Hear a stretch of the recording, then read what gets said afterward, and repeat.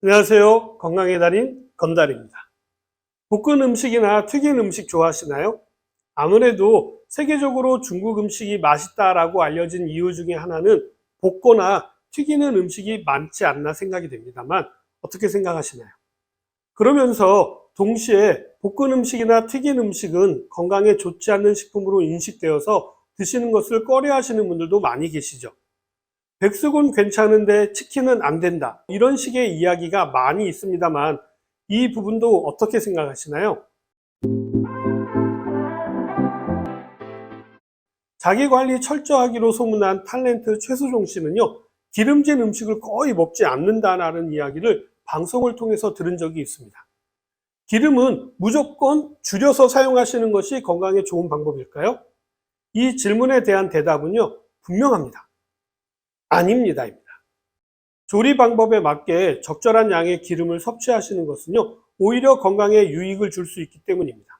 더군다나 기름이 있어야 혀에서 맛을 더 잘 감지하기 때문에 맛을 위해서라도 기름이 있어야 하는 것입니다. 대표적으로요, 나물이라든지 비빔밥 같은 것들을 만들 때요, 참기름 몇 방울이 전체의 맛을 좌우하는 것만 봐도요, 알 수 있고요. 농담이지만 튀김은 무엇이든지 맛있다. 심지어 신발을 튀겨도 맛있을 거다. 이런 이야기가 있을 정도로 기름이 가미된 음식이 맛있다라는 것은 누구나 알고 있는 이야기입니다.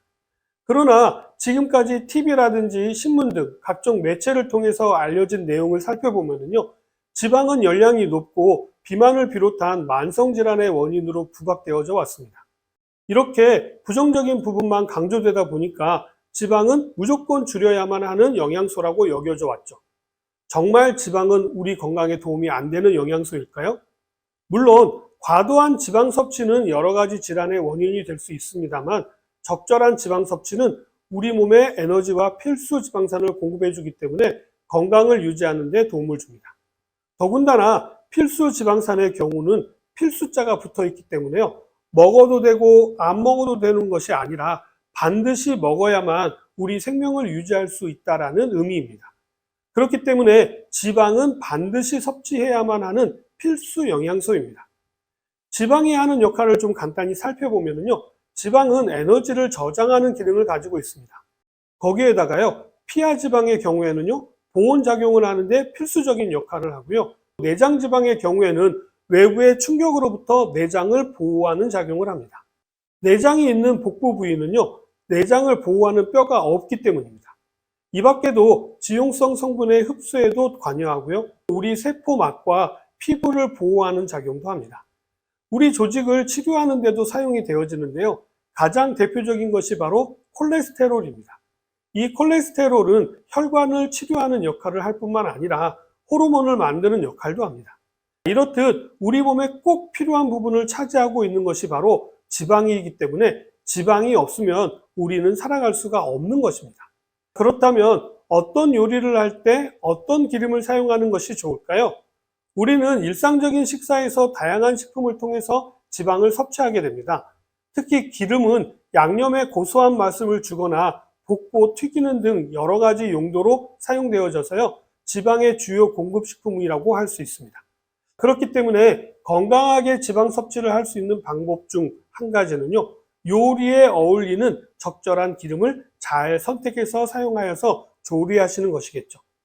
기름은 종류에 따라서 함유된 지방산과 발연점이 다르기 때문에요, 조리 방법에 따라서 적절한 기름을 잘 선택해서 사용하셔야 합니다. 그렇다면 요리에 맞는 기름을 선택하실 때 무엇이 중요할까요? 그것은 바로 온도입니다. 기름을 요리에 사용할 때는요, 온도를 체크하는 것이 가장 중요합니다.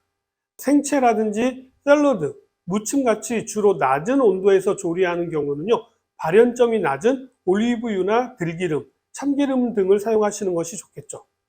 다음으로 볶음이라든지 부침, 튀김 같은 높은 온도에서 조리하는 경우라고 한다면요, 콩기름을 비롯하여서 포도씨유, 옥수수유, 카놀라유 등 발연점 등이 높은 기름을 사용하시는 것이 좋습니다. 지금부터 다양한 기름들의 특징과 건강에 도움이 되는 부분에 대해서도 자세히 알려드리도록 하겠습니다. 먼저 샐러드나 나물에 사용하는 기름을 살펴보면요, 대표적인 것이 바로 올리브유와 들기름과 참기름을 들 수가 있겠죠. 밋밋한 채소에 기름이 들어가게 되면요, 맛과 풍미가 확 올라가게 되죠.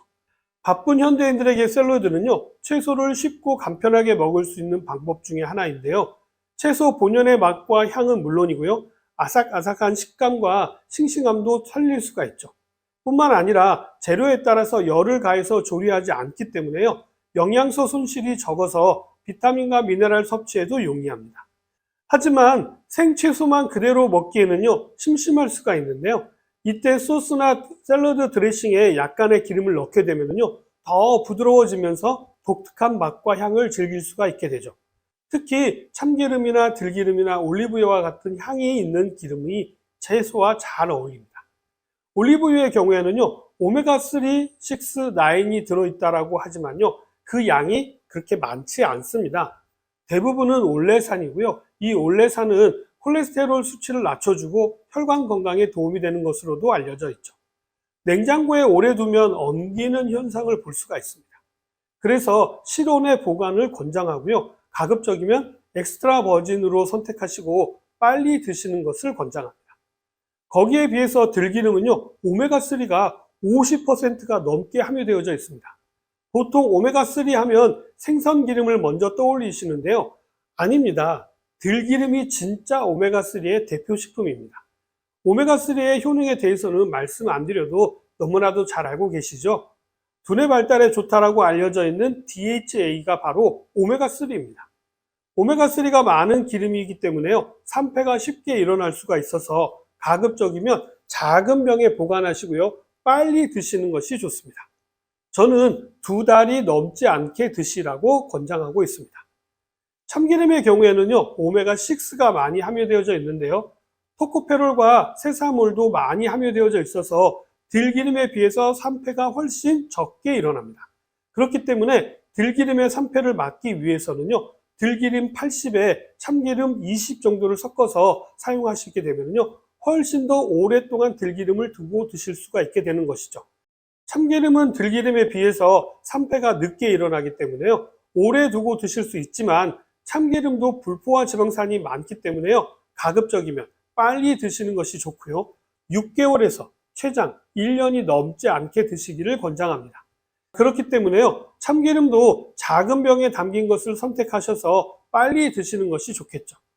무침은 우리나라 음식의 대표적인 조리 방법 중에 하나인데요, 손질한 재료를 갖은 양념으로 버무릴 때 기름을 적당히 사용하시게 되면요, 좋은 맛과 향뿐만 아니라 영양까지도 충족시킬 수가 있습니다. 섬유질이 강한 채소의 경우에는요, 기름을 넣어서 무치게 되면요, 한결 부드럽게 먹을 수가 있고요, 지용성 영양소의 흡수를 도와서 효율을 높이는 일석이조의 효과를 기대할 수 있게 됩니다. 다음은 부침이나 튀김인데요, 이런 조리에 맞는 기름은 발연점이 높은 콩기름이나 옥수수 기름, 포도씨유 기름 또는 카놀라유를 사용하시는 것이 좋습니다.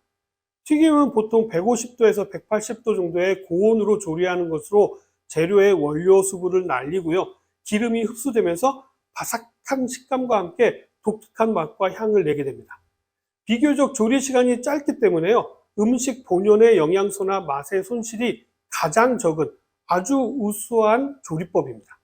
그렇기 때문에 고급 재료일수록 튀김 요리를 하시게 되면요, 재료 본연의 맛을 살릴 수가 있게 되는 것이죠.